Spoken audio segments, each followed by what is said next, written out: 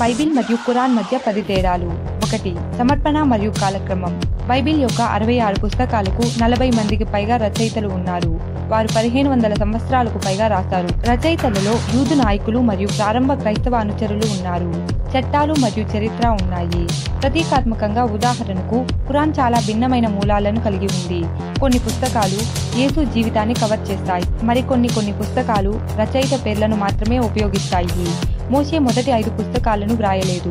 ముస్లింలు దీనిని దేవుని ప్రత్యక్ష మాటలుగా చూస్తారు. గ్యాబ్రియల్ దేవదూత 23 సంవత్సరాలకు పైగా మహ్మద్ కు దీనిని వెల్లడించాడు. ఇది మహ్మద్ ను గ్రహీతగా స్పష్టంగా పేర్కొంది. చాలా మంది ముస్లింలు దీనిలో దేవుడు మాట్లాడిన పదాలు ఉన్నాయని భావిస్తారు. 2. వచన సమగ్రత. బైబిల్ కాలక్రమేణా మారిపోయింది. వాక్యాలు జోడించబడ్డాయి, సవరించబడ్డాయి లేదా అనువాదంలో పోయాయి.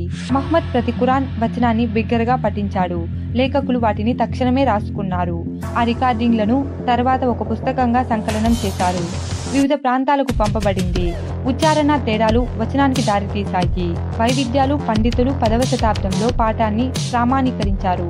కాబట్టి ఖురాన్లో ఎప్పుడూ గణనీయమైన మార్పులు జరగలేదు. 3. భాష వ్రాయబడింది.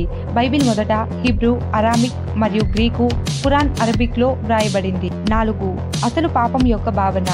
బైబిల్ ఇలా చెబుతుంది: ఆదాము హవ్వల అవిధేయత పాపాన్ని లోకంలోకి తెచ్చింది. వారి అసలు పాపం అందరూ మానవులకు వారసత్వంగా వచ్చింది.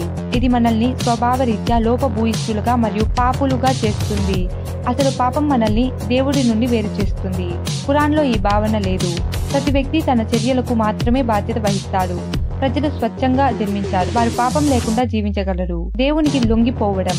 భారాలు మోసే ఏ వ్యక్తి కూడా మరొకరి భారాన్ని మోయకూడదు. 5.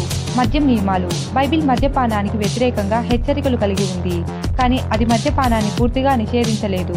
నోహ్ మరియు జీసస్ వంటి చాలా మంది బైబిల్ వ్యక్తులు వైన్ తయారు చేశారు. వైన్ దేవుని బహుమతిగా పరిగణించబడుతుంది. దీనికి విరుద్ధంగా ఖురాన్ అన్ని రకాల మద్యపానాన్ని నిషేధిస్తుంది. మద్యం సేవించడం ఒక పాపం మరియు వారిలో ఒకటి.